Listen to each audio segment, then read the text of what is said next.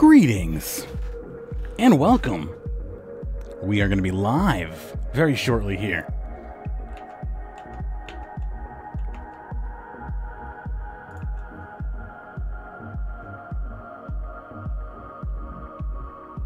What's going on, Mensky?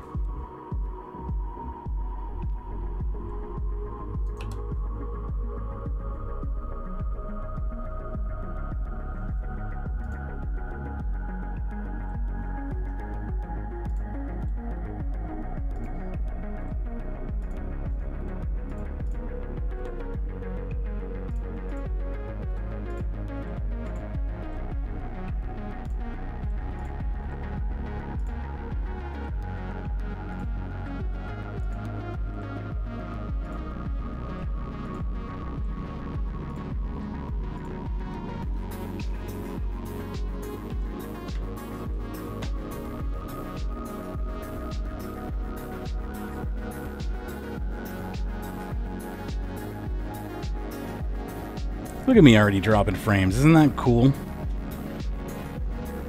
It's the best. It's going to be one of those days, apparently. Alright, let's cut the music and pop over to the game, shall we? Anyway, we're going to be starting the show here in a few seconds. Just quickly making sure everyone is on the same page, and then we can do that. It's the 13th. Runescape Weekly, everything looks good, hosts are correct. We got a good show today, I'm excited. Just at work, nice to see you. Yeah, good to see you too, Mensky. Alright, let's see here. I think we're ready to go. Everyone on the same page, we good? Yep, roger, roger. Alright, okay, I'm going to try to use actual stream markers this time. So I'm going to make a marker for myself right here, because we're about to start the show intro, so we'll do that. And let's do this in... So, actually, you know what? I need music, don't I? That'll only take me a second. Will only take me a second as long as I don't blow out everyone's ears, right? That would be preferential. And the volume is only at 60%. That wouldn't have hurt too badly. All right. 3, 2, 1. You're listening to RuneScape Weekly for 7/13/2018. I'm your host, Magebit, with over 17 years of RuneScape experience. Joining me today is Hana and DerpDragon. And on today's show, upcoming RuneScape playtests, clan avatar rework coming soon, summer weekends, old school RuneScape, the irony of integrity, Jagex to sponsor award to fund new game studio, Jagex Reveals lifetime revenue, games like Fortnite and Runescape are predatory, says The Independent. Is crunch time killing game studios? University of Adelaide jumps on the Lootbox bandwagon. Lifecycle of treasure hunter items. Let's take things out of context. Quest point shop. An open letter to those quitting. And mod Osborne Schools. Thank you for tuning into this edition of RuneScape Weekly, and enjoy the show. Welcome back for your Friday edition of RuneScape Weekly. Magebit here. It's going to be an interesting show packed full of suspenseful topics, I would say, especially with Old School and their little catastrophe that happened yesterday. Although I have to say the action that was taken was swift. It is an interesting story, nonetheless. But before we get to that stuff, Hannah, how you doing? I'm doing pretty good. I've just been grinding out RuneScape as per usual the past few weeks. I spent all my oddments this morning on Silverhawk Down, so if anyone's looking for a use for your oddments that you are not Treasure Hunter now, you can basically get Silverhawk Down for free, which is actually pretty cool, because that shit's expensive. Yeah! I was thinking about saving all my oddments up and spending them at the end of the year on Treasure Hunter keys, to see how many Treasure Hunter keys you can, like, get basically passively through oddments. But you could finally start working on 120 agility.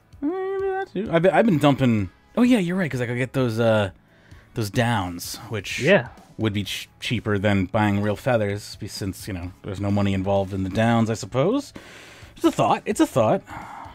Now you're finally realizing what I just There's said. no money 10 involved seconds in the ago. downs, I God. suppose. Oh God. It's a thought. Help. It's a thought. What? Sorry, my Now you're finally realizing what I just there's said. no money 10 involved seconds in the ago. downs. Oh, I God. suppose. What's happening? Oh, God. What's happening? It's a thought. Help. It's a It's a thought. thought. Sorry, my I'm having- Now you're finally realizing I'm what I having just I'm said having 10 problems seconds with the ago. downs. Oh, I God. suppose. What's happening? Oh, God. What's happening? I don't know how to Help. make this It's a thought. I don't know how to make Sorry, this my- stop. I'm Now having you're finally realizing I'm what I having just I'm said having 10 problems seconds with the ago. downs. Oh, I God. suppose. What's happening? Oh, God. What's happening? I don't know how to Help. make this It's a thought. I don't know how to make this Sorry, stop. my- I'm Now having you're finally realizing I'm what I having just I'm said having 10 problems seconds with ago. the downs. Oh, I God. suppose. What's happening? Oh, God. What's happening? I don't know how to. Okay. There's a rogue audio source. Oh God, what the fuck? That was insane. I had to close every browser window to figure that out, and it was Twitch. I'm not even because you're hosting me, and I had you open on Twitch. Oh, that was scary. Holy crap! Oh my God, I was having just a heart attack or something. that just like ruined the intro to the show, basically. You can restart it. Oh, we have to. We absolutely have to. That completely ruined the intro to the show. All right. Hang on. I have to reopen all my windows because I couldn't figure out where that sound was coming from, so I closed everything. Yeah, I gotta cut. All right, gotta start over. Auto host strikes again. For real. Well, no, this is what pisses me off, and I'm gonna take a minute here to rant because I fucking cannot stand the Twitch app, and I fucking cannot stand anything that autoplays a video that you just have open. That is the stupidest, most asinine feature that you could ever put in any video playback service. Never fucking start a video playback unless the user initiates it. All right, I'm done. I don't know if I agree. I agree like 99% of the time. I don't know if I agree in Twitch's case. If I stop a stream, walk away from my computer for 4 mother effing hours, come back to my computer, have Twitch minimized in the background, and then some random idiot just pops into my speakers, that's not okay. I stopped that stream. If I'm watching a stream and I leave it playing and they host somebody because they went offline, fine. I left the stream running. I have nothing playing. You should not be able to usurp my audio at your will. Anyway, that's, as you can see, I have strong feelings about that. Yeah, and, you know, other opinions are available, but those are mine. Anyway, I gotta redo the intro here. And, sorry about that. Alright, 3, 2, 1. You're listening to RuneScape Weekly for 7/13/2018. I'm your host, Magebit, with over 17 years of RuneScape experience. Joining me today is Hana and the DerpDragon. On today's show, upcoming RuneScape playtests, Clan Avatar rework coming soon, summer weekends, old school RuneScape, the irony of integrity, Jagex to sponsor award fund new game studio, Jagex Reveals lifetime revenue. Games like Fortnite and RuneScape are predatory, says The Independent. Is crunch time killing game studios? University of Adelaide jumps on the Lootbox bandwagon. Lifecycle of treasure hunter items. Let's take this out of context. Quest Point Shop. An open letter to those quitting. And Mod Osborne Schools. Thank you for tuning into this edition of RuneScape Weekly, and enjoy the show. Welcome back for another edition of RuneScape Weekly. Magebit here. How you doing, Hannah? Welcome to the totally first time we recorded this. Yep, absolutely nothing went wrong, and this has all been a perfect morning of no problems. And I am definitely not saying for the second time that I'm just grinding RuneScape as per usual. I'm definitely not sweating from yelling about freaking auto hosts. Yeah, so I think I might have died in RuneScape, but that's okay. We're good now. For you. Yeah, that is pretty normal for me. I take a dive at Abbey Demons at least once a day. Oh look, I actually still have 149 health left. It's a good morning after all. I will point out it is Friday the 13th, so I mean, you know, you can take that for whatever it's worth if you're superstitious. I'm not personally. I learned that Mr. Rogers apparently named one of his puppets King Friday the 13th to try to make kids not afraid of the superstitions that are around the. That's really day. cute. I didn't know that. I always thought I never knew why King Friday was named King Friday, and you know what? As a kid, it never clicked in my mind. And he would always celebrate his birthday on every Friday the 13th. So apparently, it's King Friday the 13th's birthday. That's so funny. Happy birthday, King Friday the 13th. Happy Friday the 13th, King Friday. But yeah, I've been grinding RuneScape. I've been streaming a lot. If you want to see my stream, Queen of Blaze on Twitch. There's been a lot of viewers stopping by. We got a PVM perspective out yesterday, so make sure you check that out. If you have your feed set to only have one episode at a time, it might be gone, but you can re-download it. Indeed, indeed. Who sets their feeds to only one? Come on, get a bigger phone. I'm just kidding. Yeah, I mean, who sets the RuneScape Weekly feed to one at a time? I don't know about other podcasts. Like 4 episodes a week. I know, we release a lot of stuff on the feed now with Pern doing his own little patch notes shows and Pern's thought bubbles and brain farts. We got PVM Perspective. We got RuneScape Weekly. We're all over the place. I mean, that is an accurate statement. We are all over the place. Speaking of, we have a new fresh blood on the show today. We got DerpDragon joining us. How you doing, DerpDragon? I'm doing okay. Managing to stay awake for us through the early morning here. Oh yeah, I got a good 6 hours in me before I just drop. So. Oh, good, good. Glad to hear that. So, Derp, why don't you tell us your history with RuneScape? Yeah. Started playing. Tell us a little bit about yourself. I've been playing for this account's about 10 years old, but was free to play for most of that until 4 years ago. But I've been members since then, and just maxed last week. Congrats on Max. So I've seen a lot of updates go through and everything, but I probably wasn't a member for a good chunk of them.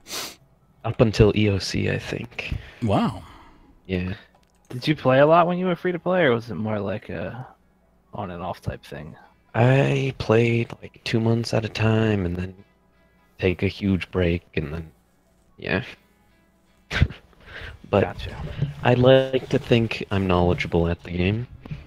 Yeah. I mean, you've been around a long time, and I think your position on the play style that you hold is valuable to the game because not everyone needs to play 10 hours a day to enjoy RuneScape, so I think that is an important viewpoint. And I definitely was never convinced at any point by my friend that goblins dropped Pernix. Was that never? That just made me think of, and I'll try not to spoil too much, but there were some conspiracy theories going on that yesterday's catastrophe was so that goblin mail could become the new currency. That's all I'm saying.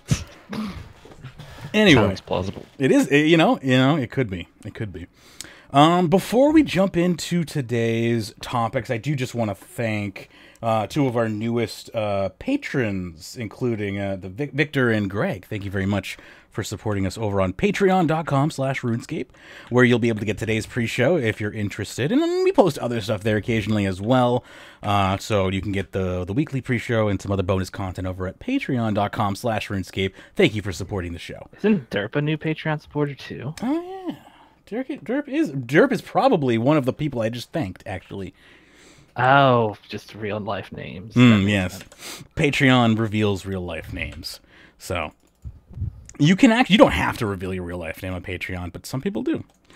I do because apparently it is better etiquette if you're going to be an artist. You should post your real name. It helps people connect with you on a human level.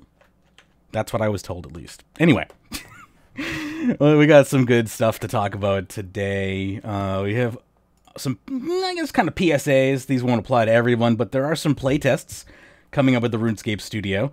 Mod Meadows posted this in the RuneScape forums. As you probably know, this is an incredibly exciting time for both RuneScape and Old School RuneScape. As such, we have been trying to increase our visibility with you guys, and we'll be trying out a set of new playtests here at the heart of things at RuneScape HQ. These playtests will be providing vital information and feedback, allowing us to improve upcoming content. We will be hosting up to 6 different playtests in the upcoming Thursdays, in the upcoming months, and we can't wait for you to get involved. So you can check it out if you want. You do, of course, have to be local to the area, unless you want to fly back and forth, I suppose. But, yeah, if you're in the area and you want to do some RuneScape playtests, all you have to do is have a valid photo ID to prove that you're over 18 years of age. You must be available, obviously, on the dates, and the applications will open up on the 25th of July. So a couple weeks or a week or two till that. So if anybody wants to pay for my plane trips to the UK to playtest, just let me know. Yep. And again, this is at your own expense as far as the travel time and everything. You'll have to arrive around 10 a.m. in the morning. So I don't know. If they're looking for actual gamers, they probably should have set this for about 3 p.m. in the afternoon. Let's see here. Any player who takes part in the playtest will be subject to an NDA. Says the guy who's awake at like 4 a.m. I know. I am not like the average gamer, though. I feel like I don't fit the stereotype very well. I don't think the stereotype's very accurate. I don't think it is either. So there you go. If you are into the idea of testing out unreleased content and you can keep your mouth shut about it, then maybe you want to do this. There you go. And if you can't and you want to break NDA, I know this awesome podcast. That Yeah, we do guarantee client anonymity. Client.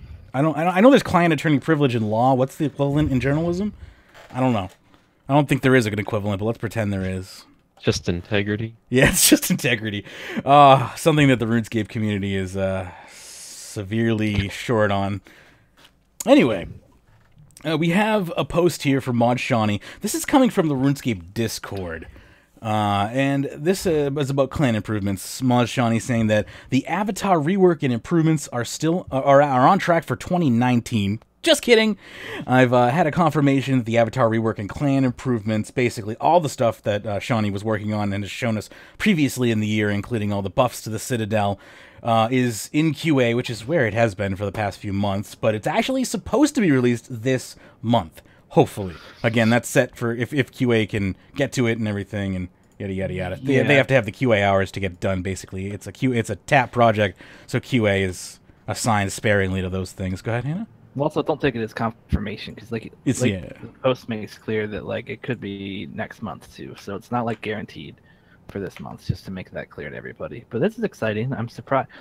I guess they didn't know earlier this week because I'm surprised they put out that the other clan avatar minor change this past week and then rush these through. I don't know if they're trying to put out more content this month because people are angry or what's going on here. I don't know. I don't know. I feel like QA was probably tied up with all of the Elite Dungeon nonsense that they're trying to pump out, but I don't know. Maybe, but I mean, it's only one large update. I don't see, and they also have said that most of the bugs for Elite Dungeon 2, well, most of the big shared bugs are going to be squashed because that's using the same system. It may be that they take QA time and they budget it out and it's already been pre-scheduled, so trying to find spare QA time is tough. I don't know. They're just too busy testing for player-owned farms. They better be.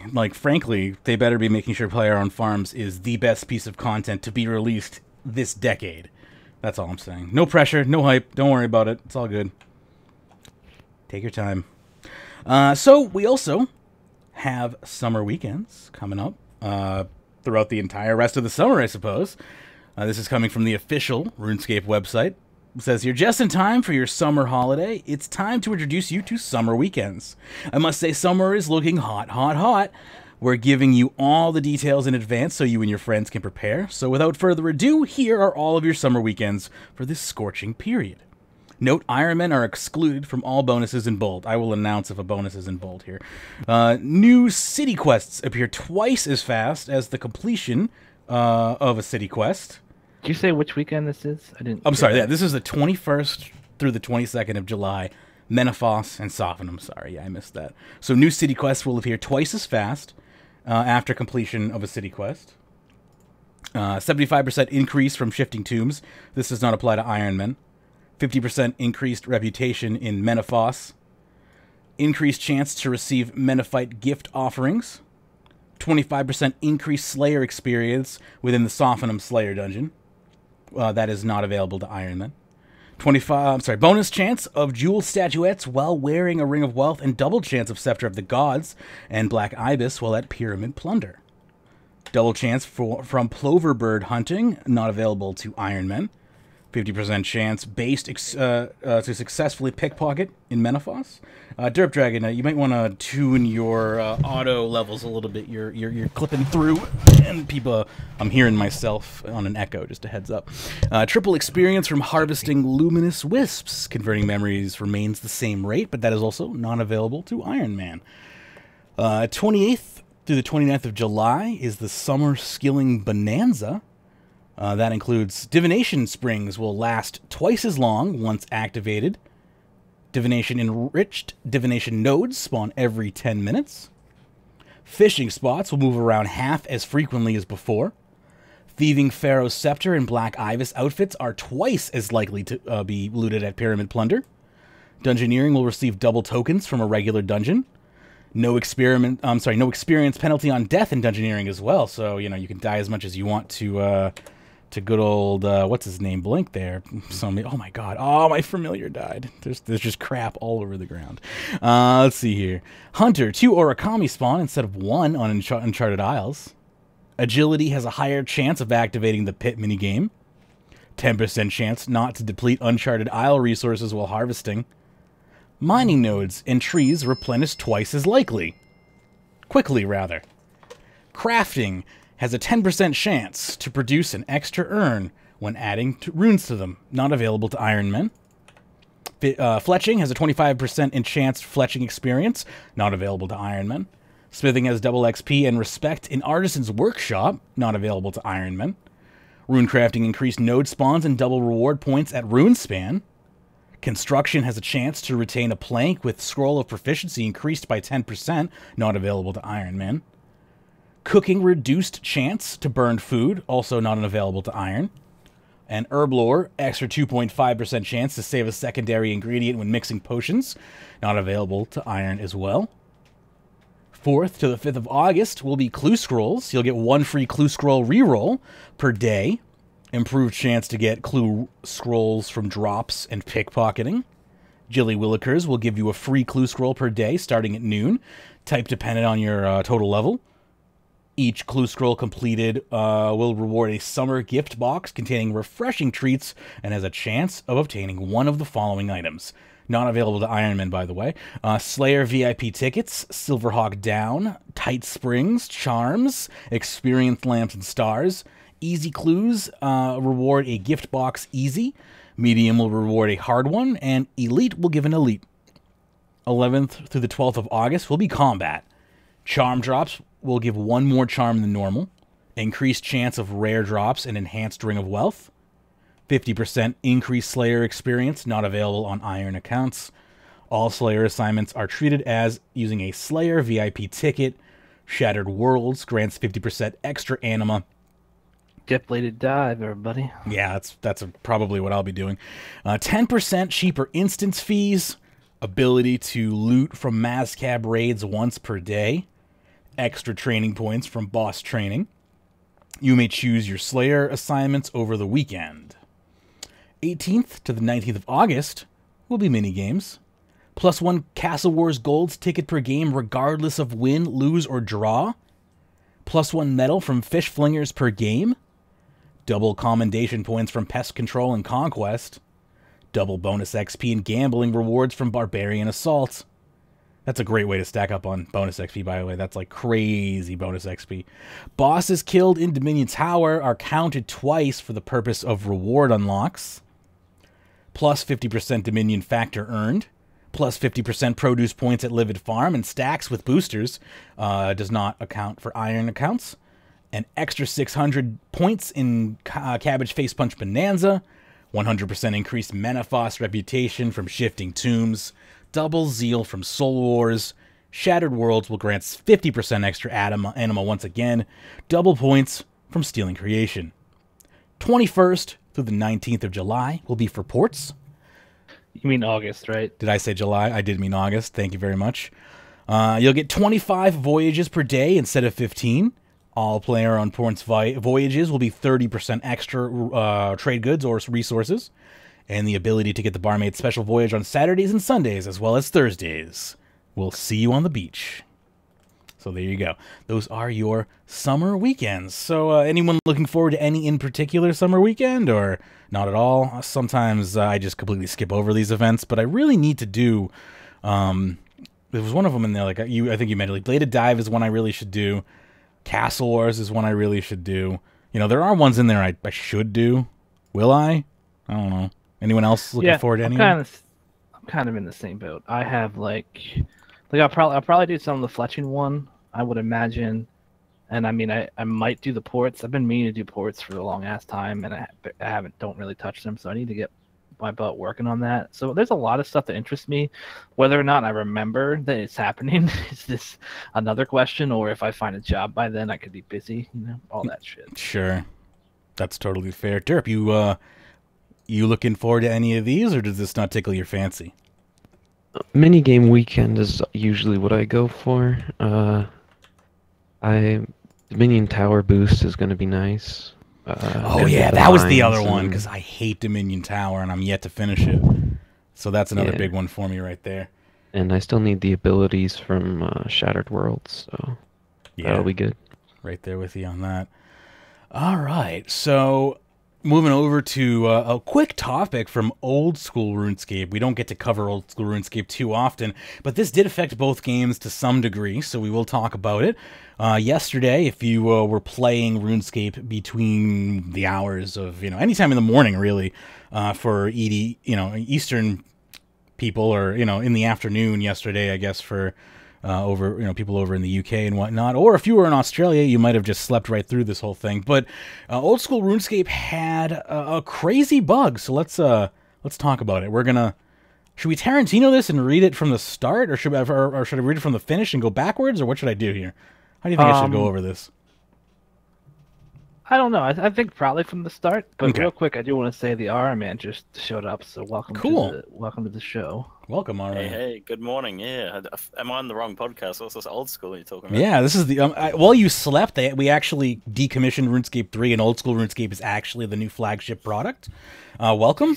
Your account will be transferred. Don't worry. Oh, that's good. Along with the MTX? Yes. Old School RuneScape is actually... They had to restore a version of Old School RuneScape, unfortunately, that had Squeal of Fortune in it, so we're actually resuming from that point in time. That was the unfortunate side effect, as that's the only save backup that they had of the game. See, well, this must be a nightmare, so I'm going back to bed. yeah, I must be in a nightmare. Now, all right, so Old School RuneScape is back online now, but what happened? So Old School RuneScape is offline whilst we investigate an issue affecting the game. We're very sorry for any inconvenience this caused, and we will restore the service as soon as possible. We will endeavor to restore the game to its state prior to the emergence of the affecting issue. We don't yet have an estimated time for this resolution. Thank you for your patience, and we'll continue to keep you updated. Update as of 14/20. There's still no estimated time for the resolution, though we're preparing the essential work needed to restore the game as detailed above. Again, apologies for any inconvenience, and thank you for your patience. Updated 15/10. The work required to bring about restoring the game, a rollback, is now commencing. There is no ETA on its completion. Updated 18/11. Old School RuneScape is back online. So from 14/20 to 18/11, RuneScape was down.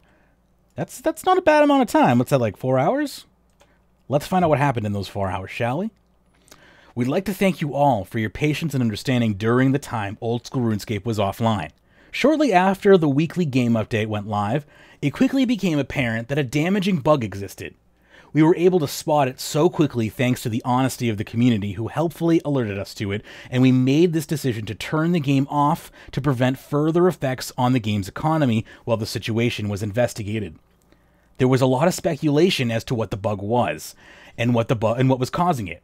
So in the interest of transparency, we'd like to take some time to explain the issue. One of the team was implementing the code for pickpocketing update. This involved producing stackable pouches that are treated as being coins. On death, the aim was to convert them into real coins, partly so that a PKer could get the value, if applicable. Regrettably, although the pouches were found to be acting correctly during testing, the flaw affecting the items was not spotted, as it was not expected to have changed. Old School RuneScape has never experienced a rollback of any sort before, and set about restoring the game to an earlier state prior to the bug was an immense undertaking. The damaging effects of this bug led to the consensus quickly being reached, with the team resolved to quickly undertake a rollback if such a thing was even possible. Subsequent... So here's my first comment. Don't wait until like a catastrophe happens to Right. figure out if you can roll back your fucking servers. Isn't that insane? Yeah, ridiculous. Like, if I worked for a company and we had, like, a data point failure, and they were like, all right, we're going to see if we can roll this data back if it's even possible, I'd be like, are you serious? Like, you should be fired as, like, CTO if you don't have a plan like this in place. Anyway, I'll continue on here. Old School RuneScape never experienced anything like that before. It's set to bring about restoring it, so subsequent investigations found that it might be possible, though not easily done. The intention, this started, like, I feel like they are maybe hyperbolizing this a tad to make it sound a little more dramatic than it is, maybe, or I don't know. Maybe not. Maybe it really was this intense. The intention of the team... Well, there was a lot of, like, they definitely didn't know if it was possible at first. There was a lot of people being like, there's a lot of tweets where, like, JMods were like, we're not sure what we're going to do. We got to figure out if we're going to have to do this manually or what. So there was obviously, like, some a degree of not knowing if this was possible, which is kind of sad. I find it extremely, like, strange that as a company policy, they don't keep, like, regular backups. I know, that blows Well, I'm my sure they keep backups. Like, that's the thing that doesn't make sense. Like, there's no way they don't keep backups of some kind. I shouldn't say no way, but it's just like they hadn't considered having to do something like this, which is strange because they've had to do it in main game. It's just weird that they hadn't. Well, I just don't understand what game studio that runs a live game does not plan for the worst.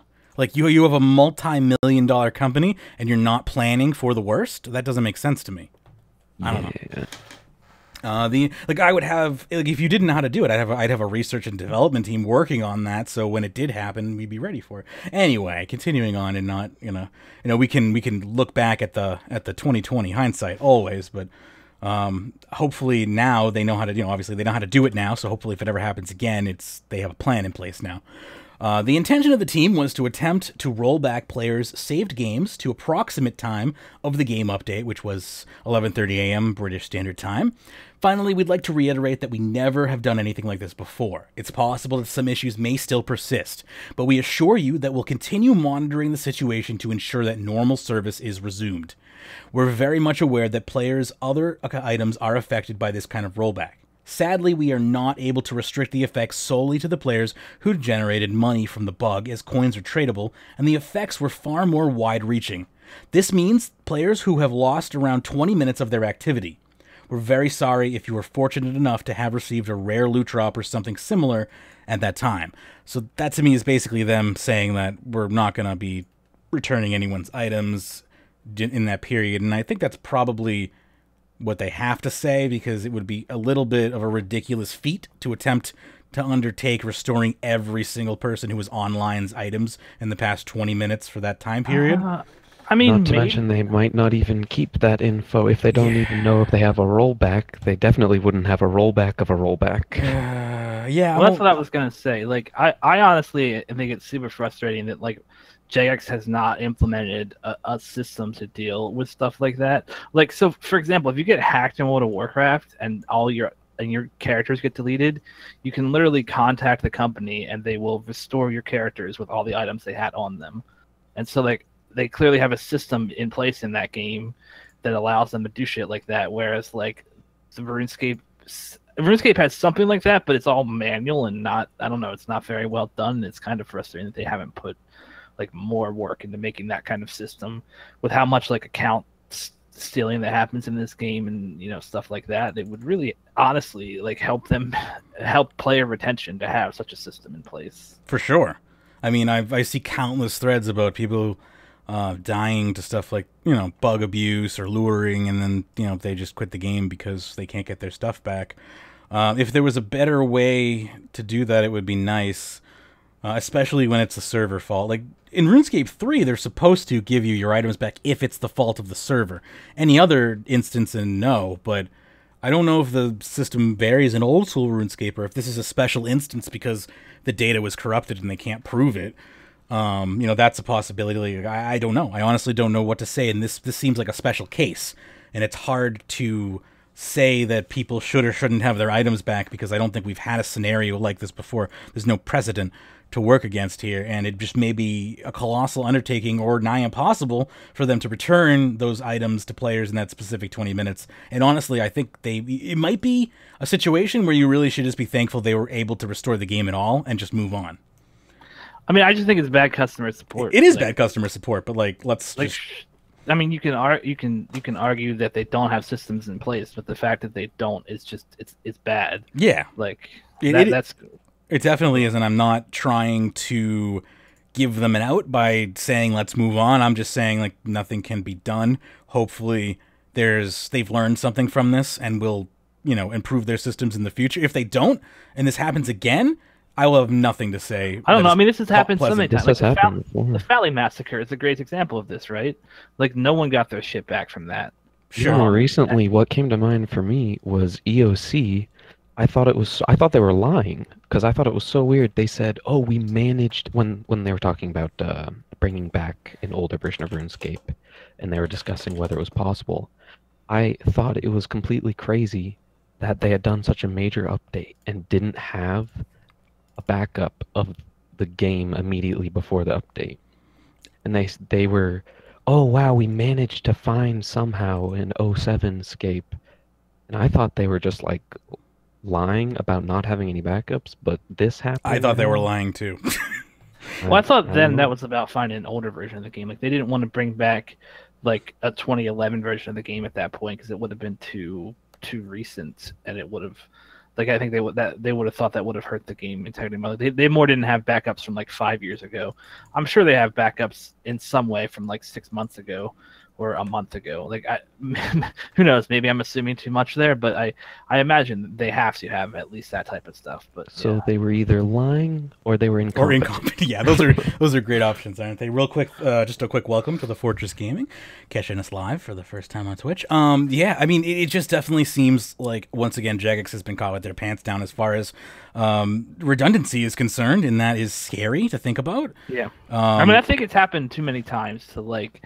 I think it's happened too many times to be like, oh, they'll learn from this. Like, they clearly, like I said, this goes back to 2006 as a thing that has happened, or even like the duping bug in RuneScape Classic. If you want to go back even further, it's like you guys need to have systems in place for when big bugs like this happen, where you can restore items to players who didn't, cheat or bug abuse. Like, that needs to be a thing that happens. Jagex, stop being like. I realize it's going to be a pain in the ass to do, but it has to be done. Cost you players. Well, I mean, this one might not be as bad, but if you got like a rare, like, I think there was, I don't know if it was fake or not, but there was somebody who made a post that they were real. They're a real person. They might be a real person, but the post, you can't confirm if someone said they got one of the rare treasure trails pets during the bloodhound or something. Back. Yeah, and I mean, the odds are there that could totally have happened, but I'm sorry. We're really, really, really sorry. But that's, and I'm being facetious from Jagex's point, saying we're really, really, really, really sorry, and then laughing. But like, unfortunately, they need to learn from this. And unfortunately, we're the ones who are paying for it as the players. We're the people who play this game. And yeah, I think that they should be compensating at the very least old school players. I think we were talking about this in the Discord yesterday. I was bringing up, like, I played BDO last summer, and there was a downtime for like 4 or 5 hours where we couldn't play the game, and it was unscheduled downtime due to a server error, and people were angry. But when we logged back in, there was a legendary loot box for every single account. That not even the people who weren't playing, but just everyone got that because they screwed up. They weren't obligated to do that. It's called goodwill. Something that Jagex is running out of with their players. I don't understand why it would be so hard for them to just comp every old school player 1 day of membership, like or every account should just every account should just get 1 day of membership. Any account that's logged in within the past 30 days should be just given a day of membership. And I must include the obligatory conspiracy theory that OS RuneScape is actually just like a money farm for the old school mods. It's, hey, I wouldn't completely discredit that without a good YouTube video with overblown graphics and special effects first. It is possible. Okay. I have another conspiracy theory. Old School RuneScape was taken offline, so Old School RuneScape streamers would stream RuneScape 3. Unfortunately, it backfired, and they all just, you know, decided to roll on Treasure Hunter, but whatever. Decided to take money from their audience, spend it on Treasure Hunter, and then act like that's how the game works for every player who plays it. Very sad. But I got 500 mil from rando people, and I spent on Treasure Hunter. Therefore, Treasure Hunter is a complete piece of garbage, which it is a complete piece of garbage, but it's not a piece of garbage for that reason. Yeah, it's just it was sad. I mean, conspiracy theory aside, it was interesting to see Old School RuneScape streamers streaming RuneScape 3, but it was saddening to see that they weren't taking the game seriously at all. Anyway, the vast majority of normal players are now able to return to normal play, but a small minority of players may still be affected by an issue attributed to their save game files, which will prevent them from being logged in. Whilst this can be easily resolved, unfortunately it must be fixed manually. The positive news is that we were automatically made aware of who is affected with each unsuccessful login attempt. If you find yourself unable to log in because of this issue, we ask that you remain patient and will restore your access to the game as soon as we're able. Whilst we do acknowledge that the bug is a fault of ours, it became apparent that a number of players were quick to exploit it for personal gain. In such cases, players using the exploit to generate wealth to buy bonds to redeem for Old School RuneScape membership. With this in mind, we will be removing the illegitimately gained membership, which was received via bond redemption during the time the bug was live. Players who abuse the bug will also receive action against their account and will be temporarily removed from the game. Thank you again for your patience. So they can track that somehow, but they can't track anything else. Well, of course they can track their microtransactions. Are you kidding me? Yeah. When real money's involved, don't worry about it. Full systems. Got the FBI ready to go. Well, this is something that they're really not clear on, and something I worry about. I worry about this every time Jagex bans accounts. Like, I brought this up when they banned people a few years ago in main game RuneScape, because they banned people for selling items on the general store that weren't supposed to be able to be sold there. And I still maintain that how is a player supposed to know that? And in this case, like, if I was PKing in the Wildy and I got a max cash stack drop, I might be the first thing I would do is go buy some bonds. Like, the first thing I would do is shit my pants. Well, sure, but obviously, if you're like PKing, like if you killed like 3, 4, 5 people, then obviously there's some proof there that you were bug abusing. But if you just killed one person and then went and spent that money somewhere, I don't think there's any proof that you're a bug abuser and not just someone that clip of randomly locked into. I can't remember who the clip was of at the moment, but that Old School RuneScape streamer who might have been the person who first was affected by it, his reaction was priceless. Like, I feel like it was real. It was a perp. Yeah, I feel like it was actually a real reaction. Just the noise he made was like priceless. It was just this gutter like, oh! And he just like ran out of the room. It was so funny. I don't know if it was real or not. He might have been hamming it up for the camera, but damn was it funny. And it looked pretty genuine. Like, he looked surprised is what I'm saying. Is like, what I'm trying to say is he might have actually been like, why was this person holding max cash? Like, I could see how someone may have accidentally spent the money is what I'm trying to say. And I hope they probably would take that into account in terms of judging who is abusing it. Yeah, you'd hope. I don't know. I don't have much faith in Jagex. Sorry, I didn't mean to interrupt. It's okay. I don't think anyone has much faith in Jagex at the moment. That's taking that out of context what I'm saying. In this case, I don't. I'm not one of those people who thinks Jagex is the worst company ever in general. But in this case, Jagex has a bad history of like over punishing for bugs. I think. I mean, it's only a temp ban, but it's still a black mark on your account forever. And if you get caught, if something else happens again later down the road, that's gonna be that temp ban is gonna be looked at as part of the evidence about potentially permabanning you later. So it's just kind of like, if you ever wanted to be a PMod, your chances are in the toilet now. I think things like that are bound to happen in terms of accidentally punishing people who don't deserve it. I think the problem comes with how confident they are most of the time and how they speak about it. Yeah, with their 100%, it's like there's no possible way that we could be at fault when we ban someone. I don't like that rhetoric. Go ahead. Then a day later, oh well, I personally just checked and he was right. Here's your stuff back, or Yeah. here's your account back. And honestly, those stories don't Not that happen that's a common too occurrence. often. Yeah, like it's not a common occurrence, but when it happens, it's a big deal. But it's also, you know, to be fair, the other side happens, I think, far more often where players are like, you know, you banned me for X, Y, and Z, and then the mod comes back and like, well, here's the proof. And like, I love those so much where it's like the player was clearly lying. Like those happen way more often than we see people who are unrightfully banned. But it does happen. It does happen. I mean, I don't. In cases like that, I understand why Jagex has to say that like they're banning stuff is 100% like foolproof. It is kind of. I can understand people not liking them saying it, but you have to kind of be behind it in that way. But I think you have like I think it's clear that they do have some. I think it's leniencies in place there. It's more just like when they make a banning decision, I don't feel like they consider the gray area of players enough. And like, sure, you can be like, well, that would leave. I would rather have some people who actually did abuse this bug, quote unquote, get away with it. Obviously, they're not going to keep the money, so they're still going to lose the GP. So, but like, you know, not have a temp ban. I'd rather have a few players who did actually abuse this get away with it than have, you know, like any players who didn't abuse this on purpose suffer. You know what I mean? Like, it's wrong to come down too hard because they one wrong false positive is worse than 100 false negatives, in my opinion.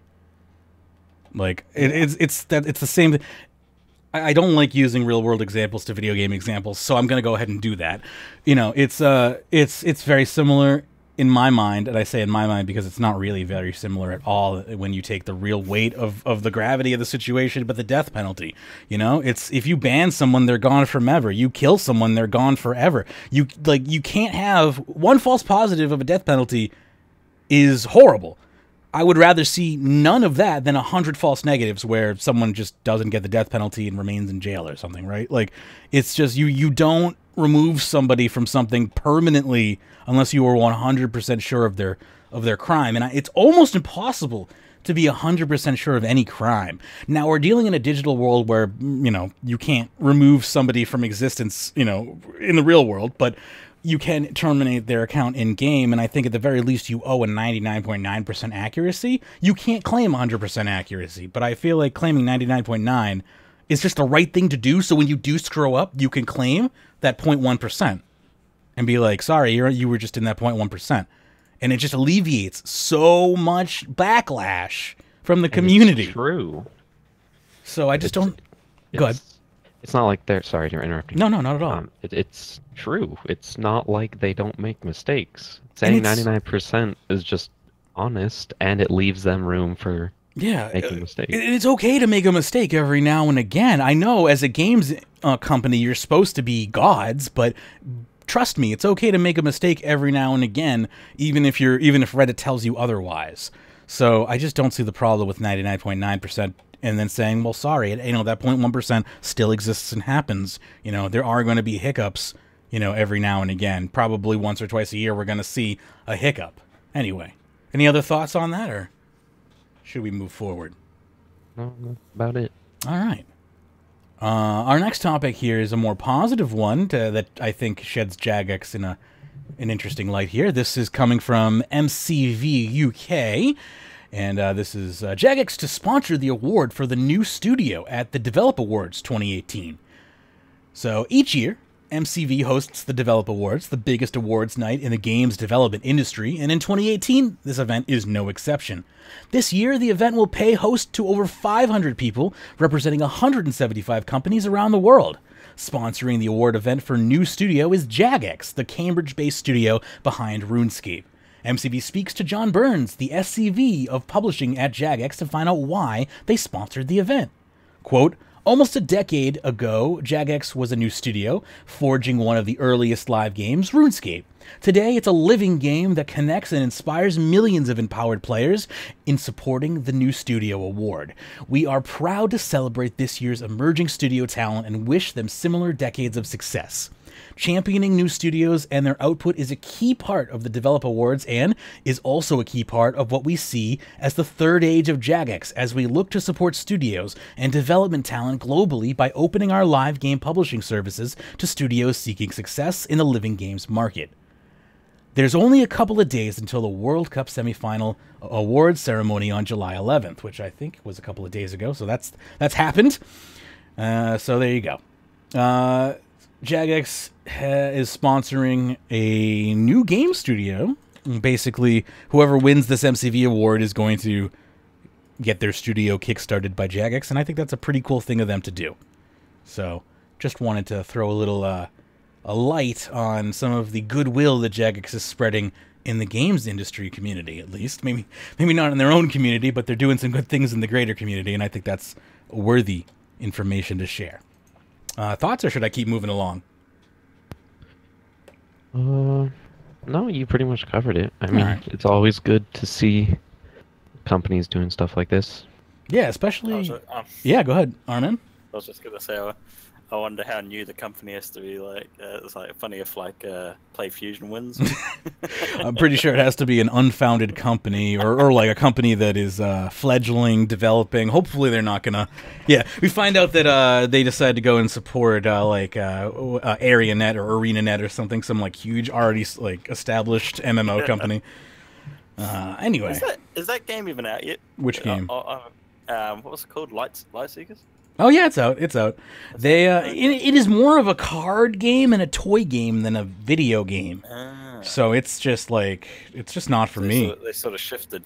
Well, I think that they realized that they could make way more money printing trading cards and toys than developing a mobile app. And I'm not saying that the mobile game is bad or anything. I'm just saying I think they're putting a lot more money into the cards than they are into the game. Anyway. Fair enough. It's definitely not for me. If you like card games, you might like it. I'm not a huge fan of card games. RuneScape, this next post is coming from PocketGamer.biz, and it is titled, RuneScape generates more than $800 million in lifetime revenue. Article by Craig Chappelle, senior editor, who says, Fantasy MMO RuneScape has generated more than $800 million in lifetime revenue. Speaking to Develop Brighton 2018, Jagex CEO Phil Mansell shows off some stats surrounding the 17-year-old game.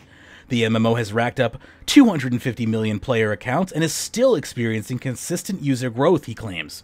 Mansell also said that the average active player lifetime is over 7 years. When it comes to pushing a social and streaming platform, Mansell said RuneScape has over 1.5 million followers on social media and has the top 20 viewership on Twitch consistently. Games as a service. Mansell put down RuneScape's long-term success and continued growth down due to its regular support of the game and interactions with players, often letting them take the lead on how games development roadmap will look. Quote, "We realize players might come for the game, but they're staying for the community," he said.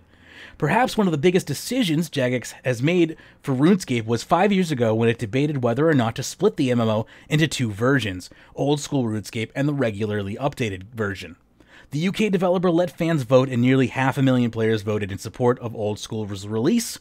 At first, the company wondered whether it would be just a novelty for players, but users have since stuck around for the Old School version, forming two large communities around two games. Old School RuneScape has just been released for open beta on Android and mobile devices. Jagex is still working on an iOS release, which could launch later in the summer. So there you go. 800 million revenue total lifetime for Jagex. That's pretty good. They're almost $1 billion lifetime revenue company. That's pretty impressive for a games company, especially one that was heralded as an indie developer, nonetheless. I wonder how much of that has been MTX generated. I would say probably 66%, maybe. 99%. That's also possible. I don't know. I doubt it's over half. Really? MTX hasn't been Because of the around long lifetime? I don't know. I just it's crazy to think that Without MTX, RuneScape would have made like $1 million revenue. With MTX, they made $36 million. Like, I don't think that's accurate. it is. Like, it is. Go look at the documents. It's 100% accurate. I have. Membership makes quite a bit of money for this game. I don't know about that. I'm pretty sure that MTX was quite larger than that, but I won't debate you on it right now because I don't have the documents in front of me. But either way, RuneScape is real healthy, I think. It's just not fair to say that the community is waning or dying. The average active account is 7 years old. I think, if anything, that speaks to the salty vet thing, though. What are your thoughts on that? Do you think that the salty vet argument gets a little more weight with that information, or is it still not really a thing that should be taken with too much weight? What do you mean exactly by the salty vet? So, for instance, Reddit holding more weight than it should, people being like super loud and cranky on those platforms and whatnot, and claiming that the community is mostly veterans and Macs and stuff like that. With an average account of 7 years old, do you feel like that holds any more weight hearing that statement, or is that still pretty unfounded? I mean, I think obviously the majority of players have probably been playing for a long time, but the majority of players being maxed is factually untrue. We know the average RuneScape player is like mid-70s in level, according to Jagex. Jagex had a stream a couple years ago where they told us that. So, like, do you think the average could have changed in the past 2 years? I mean, obviously it's going to have gone up some, but I don't think it's going to have gone up to like, not like, if anything, it would be like people are in like the low 80s now on average, if even. But who knows? I don't know that it would have changed drastically. Yeah. Sure. Yeah, a drastic shift would be an interesting telltale sign, but we don't have that data, obviously. And I don't think that there was a drastic shift. I'm just speculating for the sake of conversation. All right, let's continue on here with a less than reputable news source, The Independent. Games like Fortnite use predatory gambling techniques to make children spend, experts warn. Now, the title is Fortnite, but obviously, loot crates exist in many different types of games.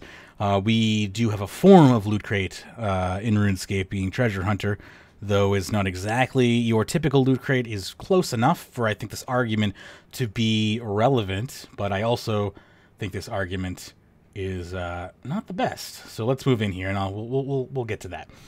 So, predatory payments in hugely popular computer games like Fortnite and Hearthstone are the equivalent to gambling, but are unregulated and could lead young people to addiction and financial difficulty, experts are warning. Now, I don't disagree with that statement completely, but I do disagree with the article's blatant attack on Fortnite and Hearthstone in particular. Now, I don't know much about Hearthstone, and I think that has a little more of an RNG element than Fortnite, but I want to mainly focus on Fortnite here because I know more about Fortnite.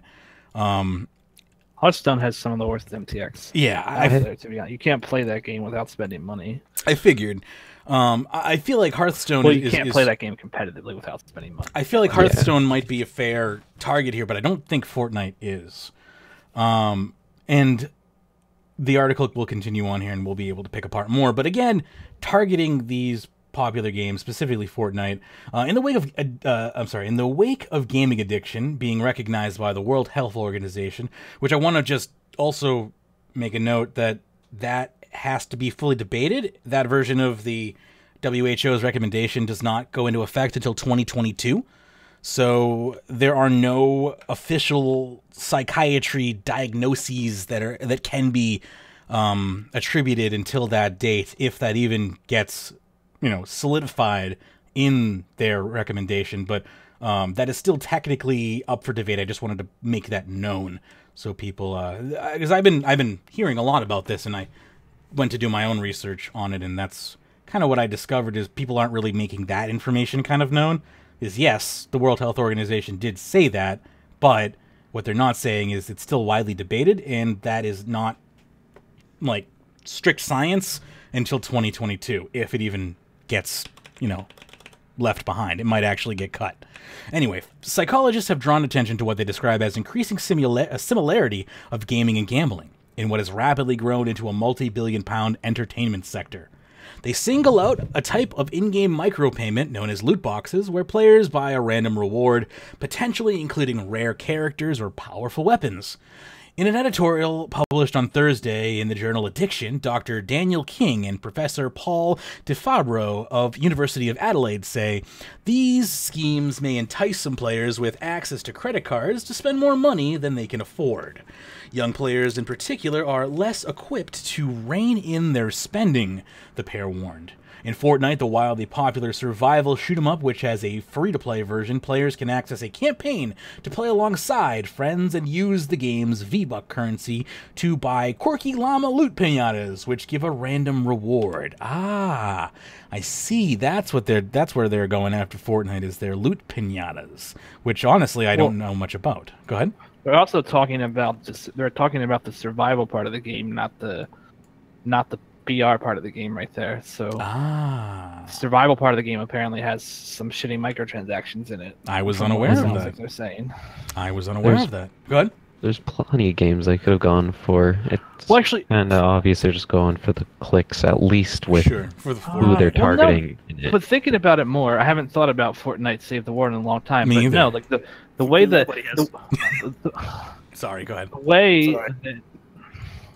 The way that game works is all the weapon stats are completely random, and you get better weapons by playing the game and then getting random loot drops, or you can spend money on microtransactions and get the best weapons. That's how Save the World is meant to be played. So this is actually a completely valid argument in that sense. I'm glad you had that information because I did not. I think I've played a cumulative maybe 10 minutes of Save the World despite owning the game, and it's probably 10 minutes more than most of the BR population. Yeah, and it's sad because it's a good game. It's just trying to find people to play with is nigh impossible, and honestly, there's RuneScape that exists, so it's just not worth my time.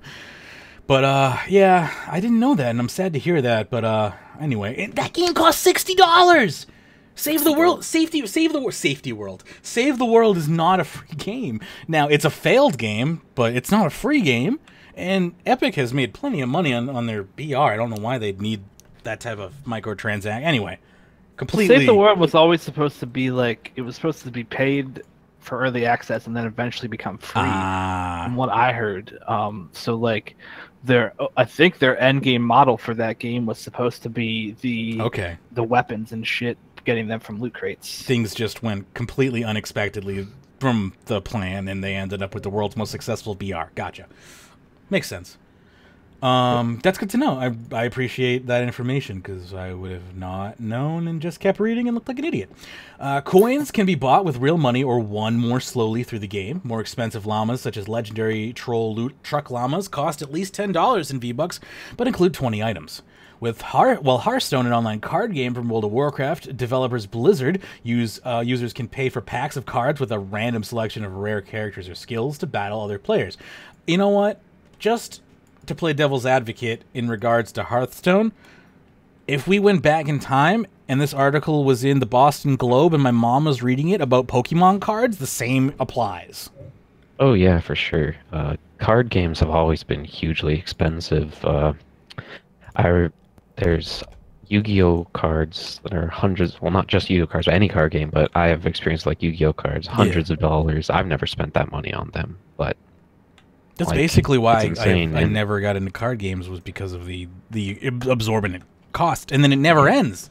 Hearthstone, each new expansion, it's hundreds of dollars to just get every card in the new expansion, let alone every card that exists. That's crazy. I believe it.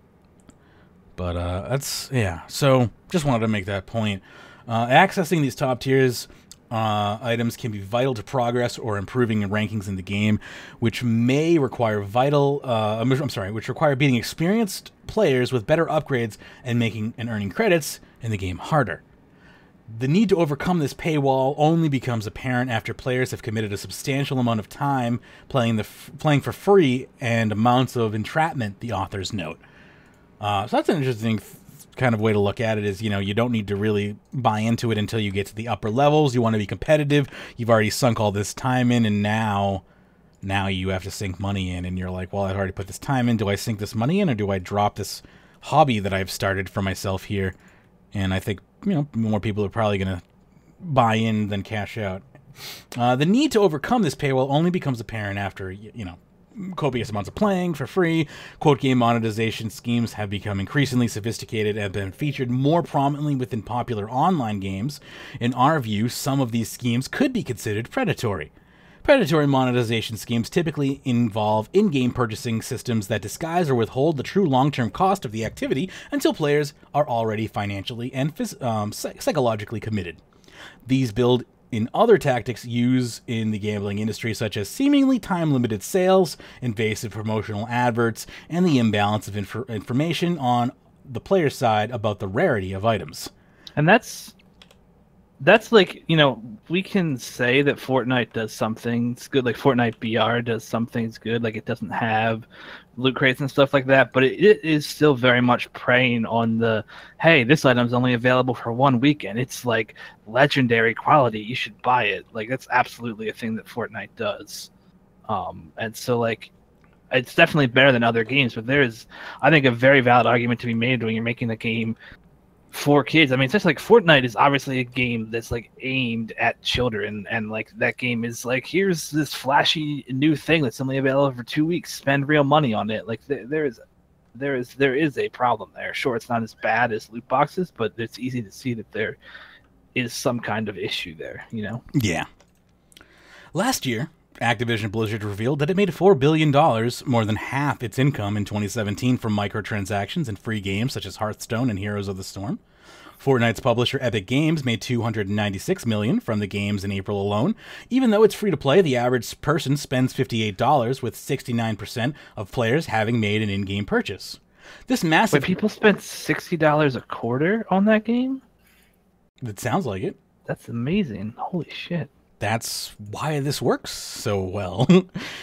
69% of players, and that's way more than you need for that audience size, at least. This massive cash generation potential is a huge incentive to incorporate such retailing strategies into games, while the lack of any physical or monetary reward means they circumvent traditional gaming classifications and cost publishers nothing. However, Belgium's Gambling Commission says this feature is tantamount to betting and is damaging the mental health of its young audience. The Chinese government has passed legislation to require the odds of certain types of loot crates to be disclosed. Quote, such responses appear necessary given the gaming company has implemented little to nothing by ways of social responsibility measures, quotes Professor Del Fabro and Dr. King wrote. Thank you very much for the follow. The God Squad, really appreciate that. Epic Games says its free-to-play version of Fortnite does not include loot crates, but allows purchases of cosmetic items. So, as if it makes it okay that their free-to-play version doesn't include that, but their pay version does. Like, I don't understand how that makes it better. Because their free-to-play version is the one that makes them all the money. I gotcha. Go ahead. That also cops out of all the issues that I was saying. Like, they have rarity tied to all the skins in that game. They have skins that are only available for a week at a time. Like, all that stuff is also like targeting like the sense of like, hey, this is a limited time thing. Like, you see that in like any game with microtransactions, or like, like to a lesser like egregious extent, like that's how sales work. If you like, are going to, if you're shopping at like a mall or something, right? Like, come in this week and buy this item. It creates like this idea of false scarcity in people's heads, so they have to, so that they, I have to get this skin now, and it makes people spend money quicker than if, if like every item in Fortnite was like, here's a new item, it'll be available forever, you can buy it whenever. It would, like, people would spend less money. Yeah, no one, people are like, oh, I can get that, come Christmas time when I have a bonus. And yeah, if you tell people they have 62 hours to purchase something and there's a countdown clock on their screen, it definitely changes how they react. Sorry, I bumped my mic there. It's to relate back to RuneScape. It's just like they do weekly promotions for Treasure Hunter, and I mean, they make it seem like it's a limited time thing, but there's pretty much always a promotion running. Yep. And that was kind of the joke, right? About it's like, oh, hey, it's not a promotion if it's constantly happening. But I digress. Let's continue on here. This is in relation to the overall games industry. I find it interesting, and that's crunch time. And Jagex has spoken about crunch time in the past and how it has affected them as a company. This is a different take on crunch time, and I wanted to kind of bring it into light and then talk about it and see if this sounds like a positive or a negative light shed on it. I think they're trying to shed a positive light on crunch time here. It says atomized development, not crunch, will lead to games industry unions. This article is by Hayden Taylor, and it says here, unionizing isn't the solution to crunch, according to Uncharted series director Amy Hennig. Oh, of course it's Naughty Dog. That company has some ridiculous beliefs. Yeah, it does. Speaking with GamesIndustry.biz Game Lab Barcelona this week, Hennig, an outspoken critic of crunch culture in the game industry, said although she doesn't think the issue has improved over the last decade, unionizing doesn't fit the problem and developers need to be protected by management.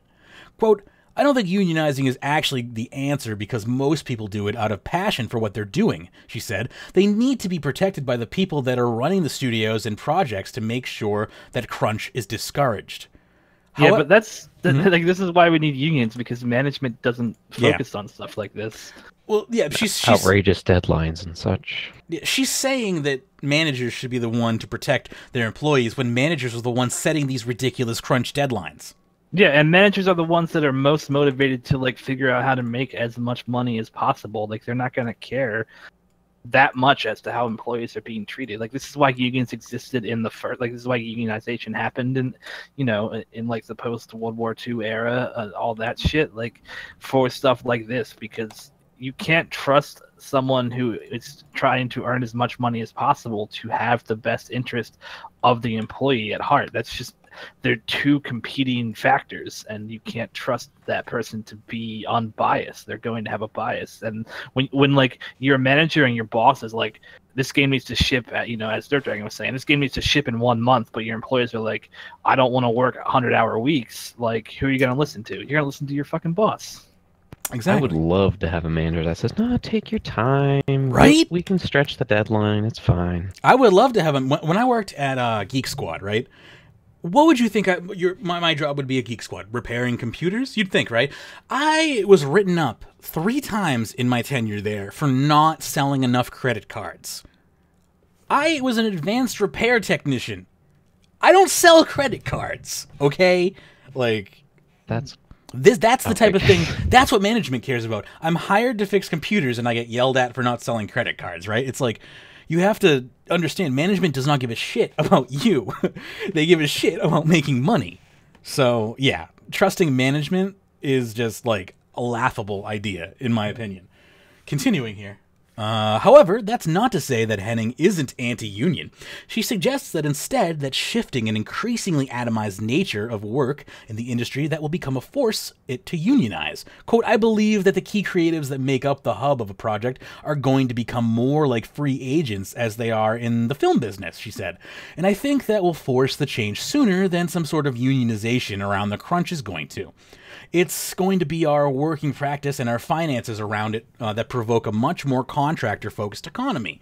It's going to take a while, but it feels like the way it's going to get there. So she's saying that she thinks that the games industry is going to become a more freelance industry? Is that what I'm hearing? More contract-based industry where you're looking like, oh yeah, I want Cliffy B. I got to go grab Cliffy B for this project. As if you would be like, I'm going to go grab Matt Damon for this movie. Is that what I'm hearing?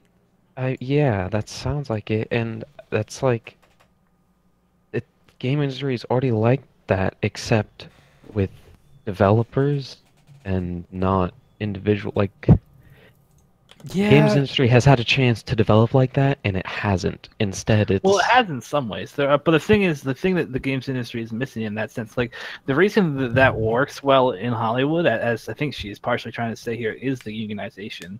Like, because there's like the Screenwriters Guild and the Screen Actors Guild, it basically means that screenwriters or actors or whoever the people running the camera, they all have their own guilds, and that means that like they get treated properly, like full benefits, or like if you want to hire a screenwriter, like there has to be a certain amount of benefits, whereas like if you want to hire like a contractor in the games industry, like you can just pay them kind of shittily and not worry about giving them benefits or how they're being treated.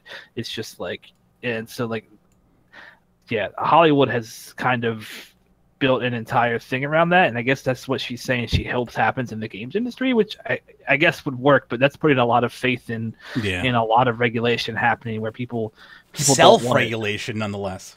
Like most contractors, like most places where contracting is a thing, like contracting is a thing because it allows you to pay someone less overall. That's not really the case of how it works in Hollywood.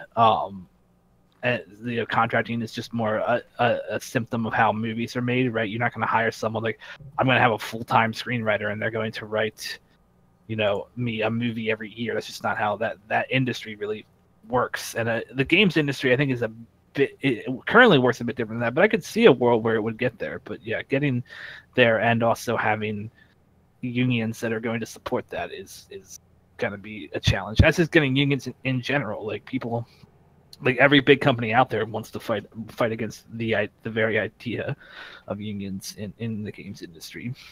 Yeah, and I don't know, the games industry is really not like the film business at all. From what I see, it's more like a business, like well, office it could be, style. I mean, like you can't really say like someone's work isn't stand out. It gets mixed in with a whole other team's work. Well, but I think you're focusing on like Magebit's example of like Matt Damon gets brought to a movie, but in the film industry, it's much deeper than that. It's not just like Matt Damon who's a contractor. Literally anyone who works on a film is contracted in some way. The guy who's working Foley, the person who's doing makeup, the light guy, all those people are contractors. Like we just don't know their names, but they work. Their contracts. They're in the credits though. Even still, they have very specific jobs, like let's say makeup artist or something. Or environment crew. Artists, Yeah. So does the game industry though. Like you have environment artists, you have script writers for quests, you have, you have the engine graphics, people. If you're an artist for game, Engine designers, skill designers, creative directors, creative designers, executive producers. These are all positions that exist in Jagex. But how apparent is it from the outside? I don't know. Whose work is. I think that same argument could be said for the people who say, our game's art. It's like, if you don't view games as art, you probably won't view them as like movie-like creations. Go ahead, Hannah. But I mean, you can say, I don't see how the film industry is any more external than the games industry. Like, I think we put those people up on pedestals a little more. You see them, on like you don't turn on your television and see Gaming Tonight. Go ahead. No, sure, but you only see directors and actors. Yeah, no, I get what you're saying. You see the same thing. Even the makeup artists and stuff you're still talking about. Yeah. Yeah, like Nolan North is like a famous games actor, or sure. Other people like that. So I think the games industry does share some similarities. I agree that it doesn't work that way currently, but I could see a system where like the creative directors and stuff would probably still stay at the studios, but they would hire a team. Like we're gonna make God of War 6. Let's hire a team to do that. And this already kind of happens. Like once a major game is shipped, there's a lot of people who will leave that studio because they've finished that project and they're gonna want to move on to somewhere else. So there is somewhat of this happening, just not in the protected way that it happens in Hollywood. It's funny. But I guess go ahead, finish. The more I talk about this, the more I'm starting to understand what the perspective this person is coming from, where it might be healthier for the industry to have this whole thing of working that way, because like I said, this already happens. Like you don't stay long-term at jobs in the games industry generally. Like turnover is ridiculous. And it's like not because a company is bad, it's because creative projects change and creative individuals want new creative tasks. Well, and there's also, I mean, we haven't gotten into the whole idea of crunch, but like I think there's like indisputable evidence out there that crunch just burns people out. And like not just like, you're right, it's not always because companies are bad, and sometimes people just want to move on to a new project, but like there's basically like no veterans in the games industry. Like having a 40-year-old person who's still making video games is rare. Hell, having like a 35-year-old person who's still making video games so is rare. Like, when we see that like Marco Ogilvy has been at RuneScape for like 14 years, that's probably an extremely rare thing, right? Yep, it totally is. I'll make one more kind of novelty point before I continue on here in regards to like the parallelization of the games industry to Hollywood. The first company to really try and make that shift, as much as I don't like them, was EA, back when EA was only like 2 or 3 people. They were one of the first companies to take their video games and put them in like album style sleeves like you'd see with records, and then when you'd open them inside, you wouldn't see things about the game as much as you'd see like busts of the artists and like artistic pictures like you'd expect from an album inside, and like it would just be like these like really interesting like pictures and like bios of like who made the game. Like it was the first time that the booklet actually contained the individuals instead of just trying to put a label on the game. So like it's definite that this kind of movement for games to be Hollywood like started almost back in like the 80s. It's just, you know, it's taken a long time to get here.